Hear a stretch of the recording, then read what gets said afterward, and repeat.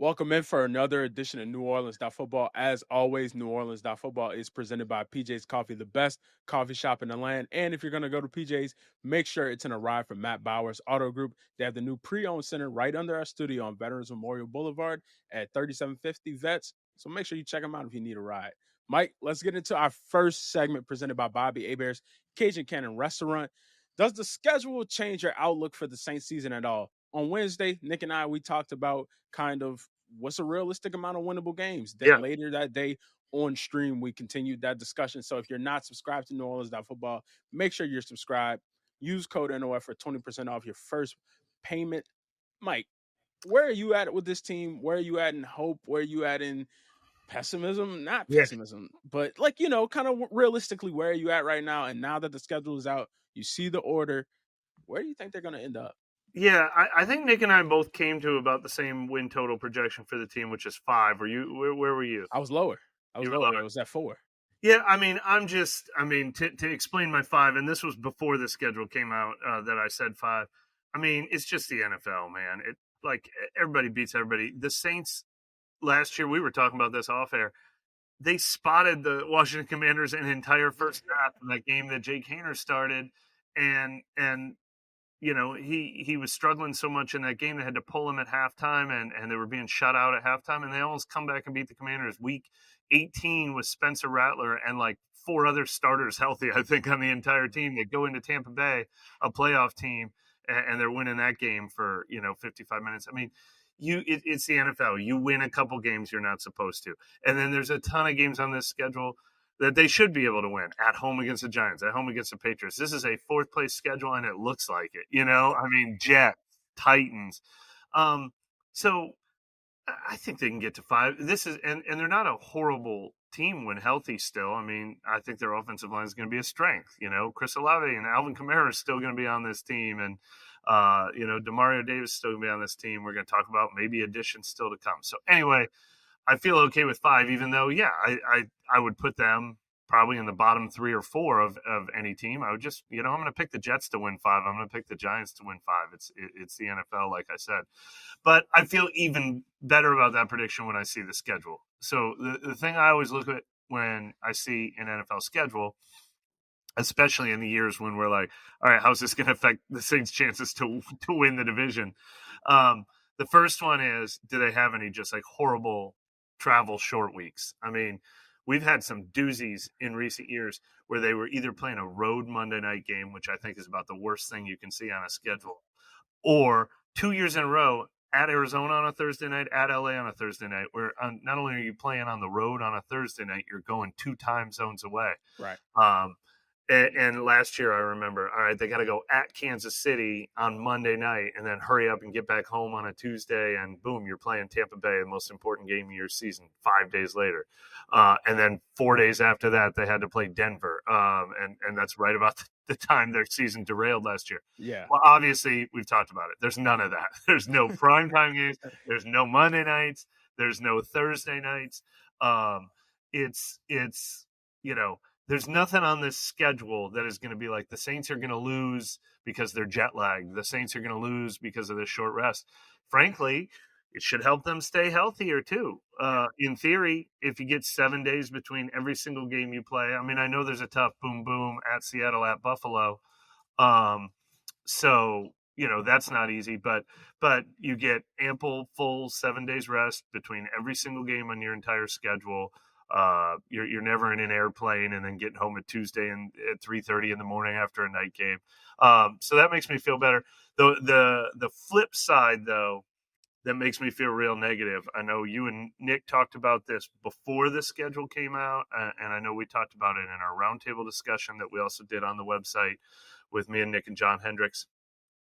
It's so important to get off to a good start, because you got a new coaching staff, new coach, new quarterback, obviously, whoever that may be, probably Tyler Shuck. And you just, you get a little win or two under your belt early. You get that buy-in, you get that momentum, you get that energy, you get that excitement. And so I hate the first month of this season. Is it their 2 most difficult home games? They're very 2. I mean, unless you want to say Tampa Bay, but versus the Cardinals versus the 49ers. So you get 2 games at home to start. But if you're not ready and you haven't figured out what you are yet, those are two teams that are going to keep you in your place. And then at Seattle and then at Buffalo, this schedule's kind of screaming 0-4, and this is a team that needs to sneak out a couple wins early. Yeah, for sure. No question about it.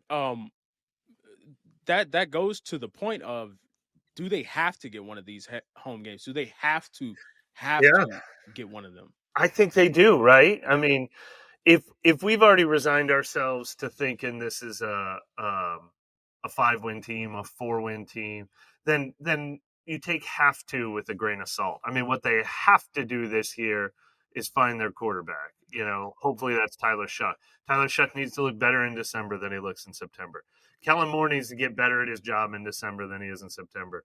Kelvin Banks and Tali Fuaga and Kool-Aid McKinstry and guys who are going to be building blocks of this team need to be better in December than they are in September. So do they have to win a game in week 1 or week 2? No.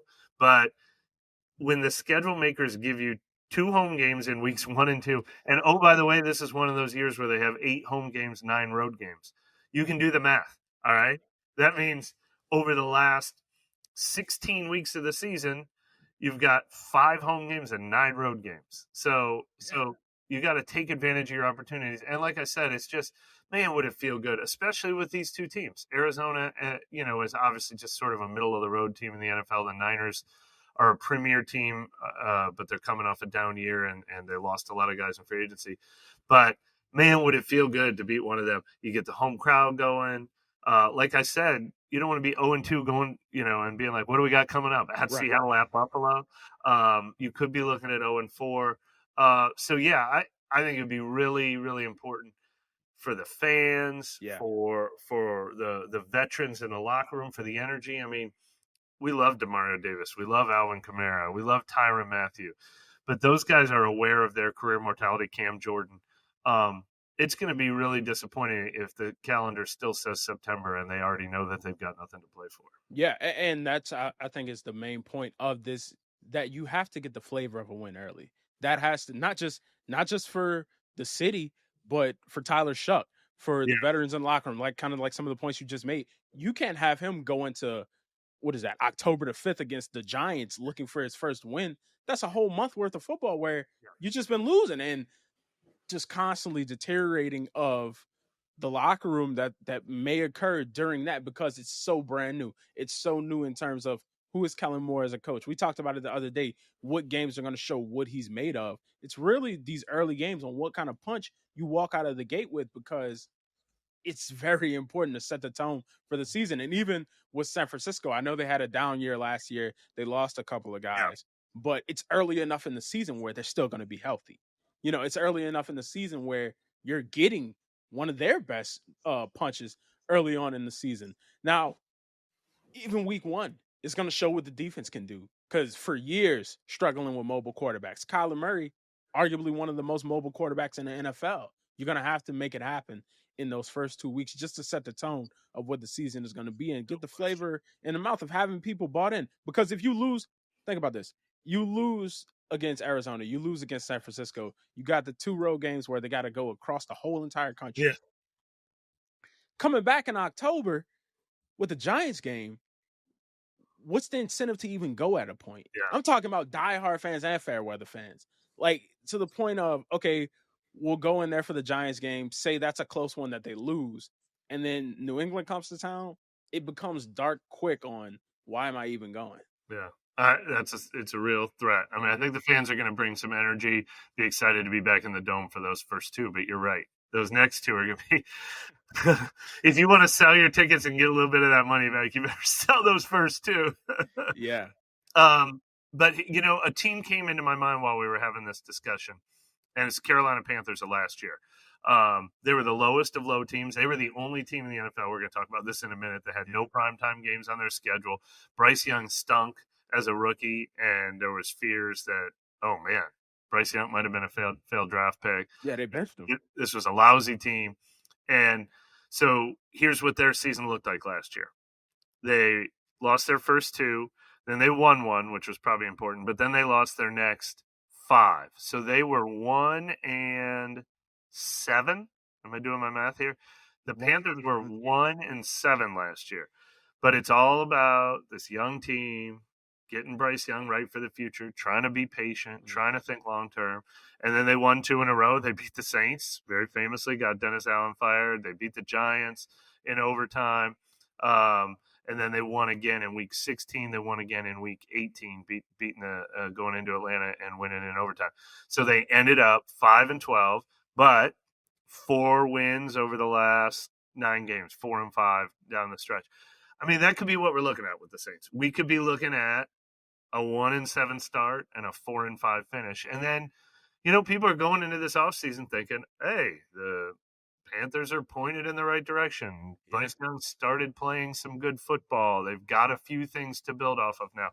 If you tell me how do I think the Saints season is going to play out, it might be 1-7 in the first half, 4-5 in the second half, 5-12 overall. I mean, that's probably the most realistic scenario of what this season looks like. Yeah, the only thing that can be is if they're ahead of schedule, because that will set them up on the trajectory for success. But just thinking about the first 2 weeks from last season when they whooped Carolina and they whooped Dallas in Dallas, man. You can't bring the first 2 weeks of last season again, man. It just hurts. It hurts everyone listening. It does, man. You can walk in a corner store, buy a corner store gas station hat, and that be the equivalent of having a Super Bowl jersey, just because the energy was so high surrounding the team, and then it all went flat from there. But yeah, I think this is really important on setting the tone for just the trajectory going forward, because as a point I brought up in last show, there is no break glass in case of emergency, fire the coach, and then elevate the special teams people's champion coach to come and save your season. That's not on the table right now. It can't happen. So you got to make it happen. But like you alluded to earlier in the segment, let's roll on to the next segment presented by Hard High Ponchatoula Strawberry Whiskey. All eyes won't be on the Saints this season. They have no primetime games. They get to do their work. Nick, he said something that I really liked. They get to do their work in the shadows. They get to go undercover and try to build themselves up before they walk out. So kind of, does that help or hurt them that there is no primetime games? Should they be offended by that? Yeah, I mean, maybe a little offended, but I don't have the same take as most of the fans I heard and saw on Twitter, which is either some of it felt a little like stomping on the Saints' grave, some of it felt like, what a slap in the face. Oh, this shows how far this team has fallen. They're finally doing what I thought most of the fans wanted them to do. And look, I haven't been there for 3 or 4 years, and I'll give all the fans who have been on this track for 3 or 4 years, like ever since Sean Payton and Drew Brees left, tear it down, rebuild. I didn't get there until this year. I did go into this offseason saying, hey, just eat the cost of cutting Derek Carr, catch up on the salary cap, make all your draft picks. But the point is, whether you've wanted this for 3 years or whether you finally just wanted this now, this is what it looks like. It's lousy quarterback. It's unproven quarterback. It's lousy team. It's me and Brandon are talking about they're going to win 4 or 5 games. Nobody wants to see you in prime time. You're going to go into Buffalo in week 4 and you're going to get clobbered. Like that's what resetting, rebuilding, tearing it down looks like. So either embrace it or don't. But like that's what we're finally getting. I just compared them to the Panthers of last year. That's the reality for the Saints. So if you have been, Saints need to reset. Saints need to start over. Get rid of Derek Carr. Draft a quarterback. Stop paying all these old guys in free agency. Then be prepared for it to be awful to watch for a little while, because that's what needs to happen. You can't do this plan and press fast forward at the same time. You need to be prepared to be playing Sundays at noon and hoping to beat the Patriots at home, because it's not going to be pretty. If they were on a Monday night game in Kansas City this year, I would tell you to see, what's on CBS on Monday night. Yeah, no, for sure. No question about it. And I think that's important. Go do your work in the shadows. Go take a step outside. Like, you tell a little kid, take a step outside, catch a breath, and then come back in when you're ready to be a part of it, because you don't want to be known as a national embarrassment. You don't want to be known as the team where, oh, we got them on a schedule, easy dub, in a primetime game. You don't want to be the game where people are checked out on. If you say there's a Thursday night game and I got to buy whatever streaming service, not even just a Thursday, but one of these random games that they just put together on the schedule. I saw something the other day where to watch every NFL game, you need about 10 streaming services this year to be able to do it. You don't want to be the team where you go buy a streaming service for 3 hours, watch the game, and then it's a blowout. Nobody's trying to see that. Nobody's trying to be a part of that. But you heard people like Colin Saunders yesterday on Twitter. Bink was talking about no primetime games. What is that all about? So I don't know. There's some people that feel like I feel It is a slap in the face. Look, if you're yeah, Colin Saunders, I get it. And that's what we've talked about players checking out too. I mean, when I yeah, mentioned Alvin and Demario and Tyron and Cam, no 30-year-old yeah. multi all Pro Bowl player wants to go through this. Like I said, I'm not even sure the fans really want to go through it. Easier said than done, but it's a lot easier if you can be like, I'll check back in a couple years. Yeah. If you have to go through this, it's gonna stink. It's gonna stink. Now, Colin Saunders, Monday Night Football last year was I know both of one of them. his, yeah, it was one The of his Kansas most City famous game and plays the Green Bay in the game, Green Bay right? game. Yeah, yeah. No, he thrives in Monday Night Football. So I don't know, but I get it. I something I get it. thought about when I saw that there was no primetime games. I said, taking the money out of it, man.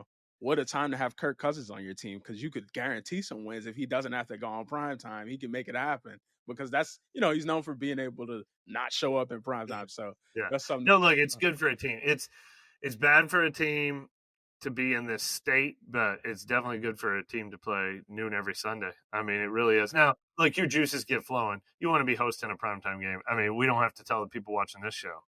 Saints at home in primetime from 2009 to Oh man. 2020 or whatever. It was money. It was Man, money you for taking off of work early for that? They having black and gold here at the school. That's they would light teams up when they yeah, right.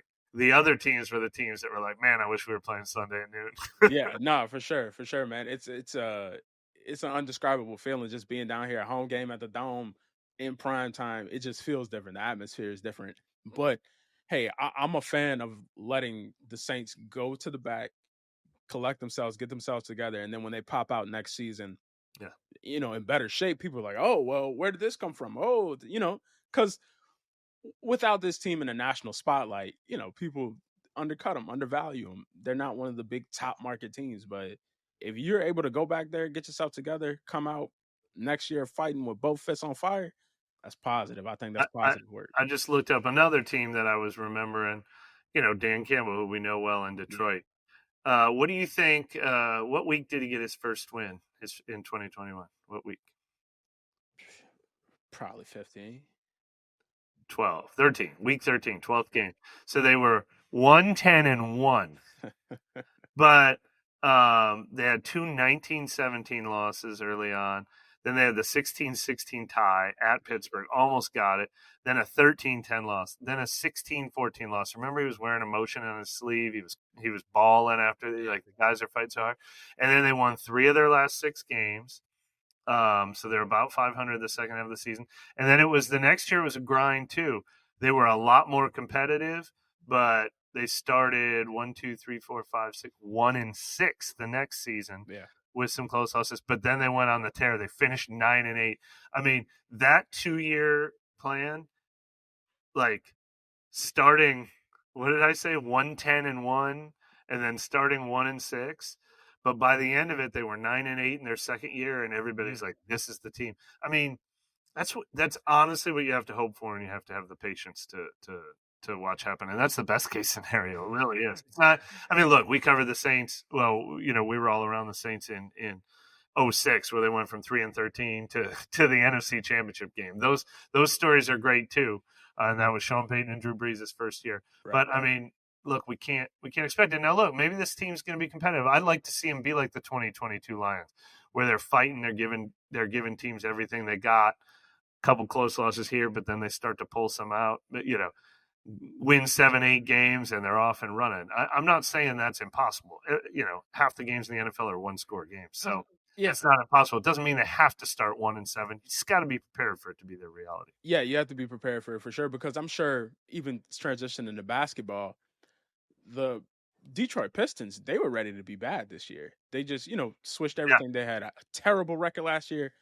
Now they're in the playoffs. So if you're ahead of schedule, it's always a positive. But Yeah. just even talking about this, thinking about how bad it can be and how good it could be. Last year, I think the expectations were kind of weird towards the end. Nobody really was expecting a blowout, but they weren't expecting the Saints to go in and dominate Green Bay in the cold weather like that. But I was just thinking about some of the premium primetime games that the Saints Oof. have had, thinking about those 2 Thanksgiving games, the one where Buffalo came down here, took them behind the Oh, shed. That was I don't want to see. over the dome. Took Yeah, over the dome. don't. That was when Sean Payton was the coach of this team, by the way, and That's people right. do not remember that. That's right. That's right. When they took him behind the shed, and then on the inverse of that, against the Falcons, when I think it was Shy Tuttle, like Yeah. Stephon Matt Ryan Yeah. out of the universe. Like it just is the dichotomy between the two highs and lows. But just even thinking, you think about Hurricane Katrina, the anniversary of that is coming up, and then next year you'll have the anniversary of the Monday Night Football game with the Gleason play. What are some of those, like, just off the top of your head, top 5 primetime games that the Saints have had Oh, over the man. years? And it felt like every time Drew Brees broke one of those records was in prime time. I mean, remember Exactly. Yeah, against Washington. Commanders Yeah. game? Yeah. Was it Traquan Smith that kept catching all those record-setting balls? There was the Chargers game. It's funny, a lot of these happened in bad years where the records game. Was it 2012 where he did that consecutive games with a touchdown record, and Yeah. they brought in the Hall of Fame and the white gloves. They're like, but no, I mean, I think back to the heyday, 09, 11, 09, the Patriots coming into the dome and they just kind of blew them out. 11, they were, I Yeah. think Breeze set the all-time single season passing record, but he did it by throwing for like 400 in week 16 at home against the Falcons because they were going on the road in week 17 and he got to sit out. Like, I mean, I remember back when I worked at ESPN, I mean, I had my graphic put together because I wrote this post every time they were in prime time, and it was a lot. It was like, they've now won 16 straight primetime games. Yeah. I mean, it was and by an average of 21 points a game. I mean, it was unbelievable what they did to teams. No, I'm telling you, man, growing up down here, that used to mean something. They used to have black and gold day at the school where you could wear, your jersey. I used to have this little Reggie Bush, Pierre Thomas jersey I used to put on. They would give you lighter homework Wait, all those those days. are two separate jerseys, or that was like a combo jersey? It's 2 separate jerseys. Oh, 2 I was separate just saying, I jerseys. mean, that would have been pretty cool to like have the Reggie and Pierre. That you would have been ahead of your time. I outgrew the Reggie side to move on to the Pierre. Because the Saints were that good for that Real long. quick, let's take a dark turn here. Oh man. What you think about those dreaded Falcons getting 5 primetime games? Don't they feel like reminds me of the Jets being on my TV every single week last year? Aren't Exactly. we anointing them a little early? Yeah, way too early. And I think They might win this division this year, and I'm not saying they won't. They're probably my pick. But 5 primetime games, it's like, make them earn it first. Come on. exactly. Put some work in there. I know I have last year. Bijan on fantasy teams. I get it. But Yeah. I know last year they had that close game against Kansas City early where it was like, oh man, are they gonna that's when Kansas City was undefeated at the time. But come on, man. Matter of fact, I'm actually happy that they have the 5 primetime games. yeah, Let them go out there, let make them an crack ass of the back. themselves. Yeah. That's gonna be what Saints fans can look forward to this year. I mean, I made that my number one game on the Saints schedule and look, we just talked about the Saints timetable and how it might take them a while to get their act together and stuff. Their first game is against the Falcons at home, week 12, after a bye. Yeah. That'd be a good time to start to get your stuff together. Yeah. Maybe the Falcons are like in first place. You knock them down a peg. You get the Superdome going with that. And then obviously week 18 at Atlanta. I mean, look, maybe the Saints are in playoff contention. Who knows? Maybe the stars align. But the second best thing would be, hey, the Saints are a team you don't really want to be playing right now, and they knocked the Falcons out of the playoffs in week 18. Exactly. And that's what you can look forward to on this schedule. Oh man, a man could dream. A man could dream. Oh man. But now just to finish off the schedule talk, something that you pointed out the other day was the amount of 3 o'clock games. Weird. I've never seen anything like it. 4 of them. 4 3 o'clock home game. No, is it 4 home games at 3 o'clock? I think it is. Versus Falcons, the one I just mentioned, versus Panthers, versus the Patriots too. Patriots, and versus Buccaneers. I don't know why. I mean, I didn't look at the entire league schedule. Are any of those like marquee one with like Fox's number one team, Tom Brady, coming into town, maybe against the Buccaneers? That could be the case. Probably not the Patriots game. Probably not the certainly not the Panthers game. Yeah. maybe the Falcons game. I mean, maybe 2 of those are showcase games, and they didn't get prime time, but did they get like Fox is picking this as like, Yeah. or are they like hey, we have to have 2 games in the 3 o'clock slot, and you guys are the other one? It really feels kind of like that. But usually those are the West Coast games. So I thought that was very weird. Yep. We're going to hit a quick break, and then when we come back, we'll have more show. Keep it locked to NewOrleans.Football. Rouse's Markets is voted best grocery store in New Orleans, best grocery store in Baton Rouge, Mississippi, Gulf Coast, Thibodaux, Houma, Hammond, Lake Charles, Mobile, year after year. Thank you for choosing us best grocery store on the Gulf Coast. Number one. Thank you. Thank you. The number one grocery store In Mississippi, Alabama, Louisiana. 1 million customers a week can't be wrong. Welcome to Rouse's. The NewOrleans.Football show is proudly presented by PJ's Coffee. PJ's Coffee has some of the best drinks that you can find. They have locations all over the city. They have pastries and everything else you need to get your day started. So go check them out. Looking for the best insurance coverage at the lowest price? Look no further than Chabert Insurance, the Earhart Agency. They are a local independent insurance agency right here in New Orleans, specializing in home, flood, and auto insurance. At Chabert Insurance, the Earhart Agency, their dedicated team will shop every available carrier in the market, ensuring you get the most comprehensive coverage at the lowest possible price. Why settle for less when you can have the best? Trust Chabert Insurance, the Earhart Agency, to protect what matters most to you. I do. I've been a client of theirs since 2021. Call them today at 504-326-6526 or visit them online at Protected by Chabert. That's 504-326-6526. Chabert Insurance, the Earhart Agency, your local insurance experts. Hardhide flavored whiskey, Ponchatoula strawberry, and Chilton County peaches in your favorite bars, stores, and restaurants. Hardhide Chilton County peach whiskey is a blend of aged wheat whiskey, light American whiskey, and fresh Chilton County peaches from Alabama's Durbin Family Farms. And Hardhide strawberry whiskey tells the story of a small town famous for strawberry farming.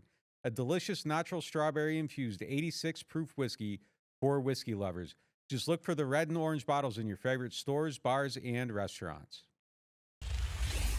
Welcome back for more NewOrleans.Football. It is now time for our next segment presented by Chabert Insurance, the Earhart Agency. Mike, we talked earlier this show about the schedule and how it can get dark pretty early. But is Asante Samuel Jr., cornerback formerly of the Los Angeles Chargers, pretty decent his first couple of seasons, averaged about 2 interceptions per season, except for last year where he had to go out and then he ended up having surgery this offseason. Is he the best move left on the table for the Saints? I think, yeah. I mean, obviously, we've talked about, he visited with the Saints this week. And my first thought was, this makes sense. This is why they didn't make any other moves in free agency. They've been waiting on Asante Samuel. But then as soon as that story comes out that he had neck surgery, very similar to the Chase Young story, that explains why he's still available in free agency. It was listed as a shoulder injury that put him on IR last year. He explained that he had stingers in both shoulders and that it's an issue he's dealt with for a long time. And then the story that finally came out was that he had surgery in April to correct it. And look, if it's like Chase Young, maybe this problem has always nagged me, and now I'm finally going to get it right. You know, he'll probably have to do the 1 year prove it contract and then maybe get the big contract next year if Chase Young stayed healthy for all 17 games. So that explains why he's been in free agency the whole time. And then when he visited the Saints, I'm like, that explains why they tried to sign Charvarius Ward at cornerback on the first day of free agency, last second get outbid by the Colts, and then never signed another corner. Well, maybe they've been talking to Asante Samuel the whole time, who was one of the top corners available in free agency and began his career playing under Brandon Staley with the Chargers while he was playing really good football. So that all makes perfect sense. It was that he had the 3 interceptions in the first half of a playoff game too, before the Jaguars came back and beat him with the Chargers too. So, I mean, he's played some really good football there. But then I'm reading, after that story comes out, it seems like 6 teams are waiting to sign Asante Samuel. Oh, that's also the Falcons plan. Oh, that's also the Steelers plan. He's also been talking to this team. So maybe, you know, they're going to have to get into a bidding war. But, hey, guess who just came into a lot of money? And guess who's been waiting all off season? Boy, the Saints have $24 million in cap space. What are they planning to do with it? Boy, this would make a lot of sense. We've talked so much about Keenan Allen being the guy that they must be waiting on, who also played for the Chargers with Brandon Staley and Kellen Moore. Had a great year under Kellen Moore. But, man, we have not seen anything materialize with Keenan Allen. And then they just go and not only did they sign Brandon Cooks, shout out to Brandon Cooks doing his charity camp yesterday at the Saints practice facility for the youth that came with Heroes in New Orleans. That was awesome. But they bring back Brandon Cooks. Then they signed Donovan Peoples-Jones after the rookie minicamp tryout. So now you've got those veterans, and obviously neither one of those is Keenan Allen. Neither one of those is the surefire big three guy. Is Keenan Allen still Keenan Allen? But he wasn't really for the Bears last year, and it feels like maybe he's not on the Saints' radar, and there is no plan to add any big names at receiver. I mean, who else is still there at receiver? Like Amari Cooper, but I know the tape on him hasn't been real strong. Gabe Davis is out there now. He's a little bit more of a downfield threat. So I'm thinking, Chris Olave, Rashid Shaheed, add Brandon Cooks now, add Donovan Peoples-Jones. Maybe that big move is not coming at pass catcher, but maybe that big move is still to come at corner. I would feel way better about this team if they sign Asante Samuel. I know a guy coming off neck surgery who's going to miss part of the offseason. You're not getting him at his peak. But you got Alontae Taylor, you got Kool-Aid McKinstry, and we've kind of thought maybe they're going to bring a veteran into that mix in addition to Isaac Yiadom. Yeah. So that would make sense. And that's the position, I think. I think Samuel's the best one, but Rasul Douglas is another really proven one. And then there's a lot of older guys who I think the fact that Stephon Gilmore and Kendall Fuller and James Bradbury and C.J. Henderson and Shaq Griffin are still out there in free agency might be – that's kind of what the league has decided on those guys, or maybe they're dealing with their own injury issues, but not Samuel.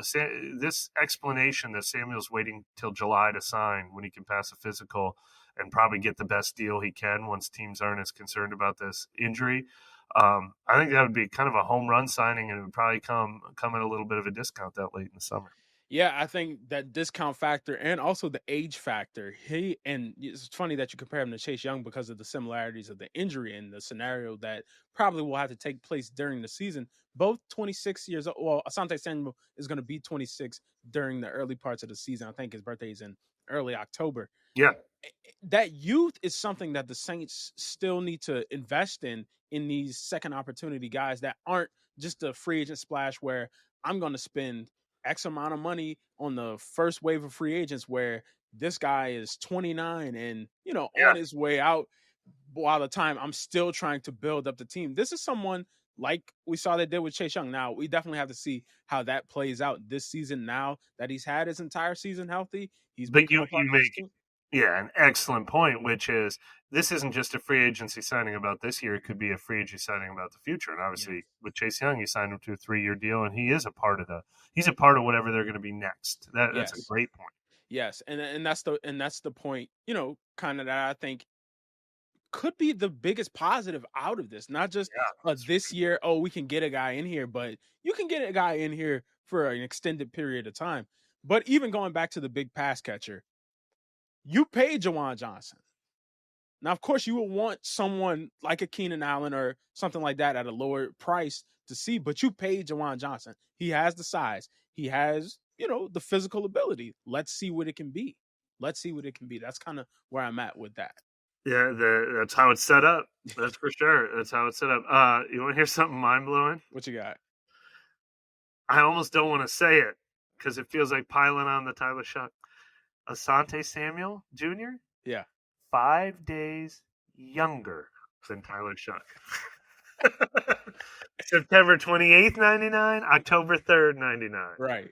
These are guys I went to high school with, man. They're in the same graduating high school class as I am. And I'm like, wait. He's already hit free agency. Yeah, he's on the second contract. Yeah. Man. Hey, man. But that's a young dude. So when he entered the league in 2021 and played his first game with the Chargers, he was, 22? He should have been. Yeah, he should have been. He was still been 21. 21 years old and turned 20. Yeah, so he made his NFL debut as a 21-year-old kid. Damn. Yep. Fresh out. Baby face clean shaven, man. We're going to hit another break, and then when we come back, we'll finish off the show. Keep it locked to NewOrleans.Football. I got hurt in a car wreck. Why should I get Gordon? Because when you're hurt, you need money. And I fight for the people of Southeast Louisiana every day. I got a client who injured their neck in a car wreck, $250,000.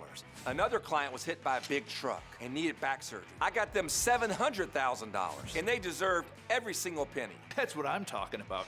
Why wouldn't I get Gordon? If you've been hurt in a car wreck, just call me, New Orleans. Get it done. Call 504-800-8888. Hey, if you're into the fried stuff, and let's be honest, who isn't? Bobby Hebert's Cajun Cannon Restaurant just stepped it up. Their new cheese sticks actually stretch. The fried okra is crisp and seasoned just right. And the fried green tomatoes, that crawfish cream sauce takes it over the top. They're open every day, and they deliver late when the cravings hit.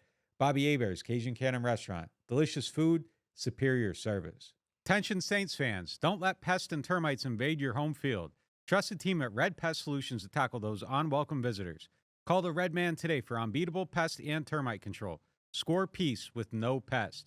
Visit redpest.com, REDDPEST.com. Welcome to the Queen Casino, where entertainment meets unparalleled customer service. From our days on the water to our new land experience overlooking the Mississippi River, our dedicated staff is here to ensure your visit is nothing short of exceptional. Whether you are coming or going, our well-lit parking lot and security team provide guests with red carpet treatment. Our security team keeps watch so you can focus on fun and fortune. From table to table, our attentive staff is here to serve up the ultimate experience. Join us at the Queen Casino. Your royal adventure awaits. Welcome back for more NOF. It is now time for the Get Gordon question of the day, presented by Gordon McKernan Injury Attorneys. Today's question is, they say a decent run game is a young quarterback's best friend. Do you think our three-headed monster with Alvin Kamara, Kendre Miller, and Devin Neal can help the Saints' offense to wins? All right, we had some negativity earlier in the show. This is the positivity. There we go. Segment. Yeah, I think the strength of the Saints team this year could be the offensive line. I really think it could be. I mean, better be with all those first rounders on the line. If Eric McCoy is healthy, you got the two bookends at tackle probably, unless they move Kelvin Banks to left guard. I think the offensive line could be a strength, and we know Alvin Kamara can be a strength. I think he was the team MVP last year. We know Kellen Moore has shown that he can run the ball when that's how his team is built. And I think he's going to believe that old adage that's in the question. Let's run the ball and put Tyler Shuck or Spencer Rattler, whoever it is, in favorable situations. And I think they can do that. The negative, you can't run the ball when you're trailing in games. So you've got to be staying competitive to be able to stick with the run. You've got to be leading to be able to stick with the run, or at least, within one score to be able to stick with the run. And that's the biggest if with this team. But yeah, I think this is a favorable setup for a young quarterback to have the investments they have in the offensive line and the run game right now. Yeah, I mean, look, you definitely should have, with the amount of investments you've made in draft picks in your offensive line, you should have certified people movers up there. So the run game should definitely be the biggest strength of this team due to that. But another thing I was thinking about too with Kellen Moore, in the NFC Championship game last season, Saquon went off, but that's Saquon Barkley. Generational talent at running back is going to get all of these boys paid in playing that position. But the backup running back, Washington was already kind of a carcass at that point, but he was able to pop off big runs. He was able to pop off a lot of dynamic plays because the offensive line play was so good. We're not saying Eagles offensive line, but it's the model, right? Right. The model is that you invested the 9th overall pick in an offensive lineman that can be a guard, tackle, wherever you want him to be. Not even counting the amount of other people you put there. Your whole line is comprised of that. Even Trevor, wherever he ends up being, you got the people up there to make things happen. At this point, they should be able to they should be able to make things happen. So, yeah, I definitely think if that run game could get going, it could be very, very conducive for Tyler Shuck. But like you said, if you're down, you can't run your way out of those situations. You have to make things happen. So it just all has to work together, man. That's where I'm at with it. Nope, I agree. But I think that's going to be the plan. That's going to be the goal for sure. Yeah, no, for sure. Definitely. That'll do it for this edition of New Orleans.Football. We appreciate you all for stopping in today. Catch you next time.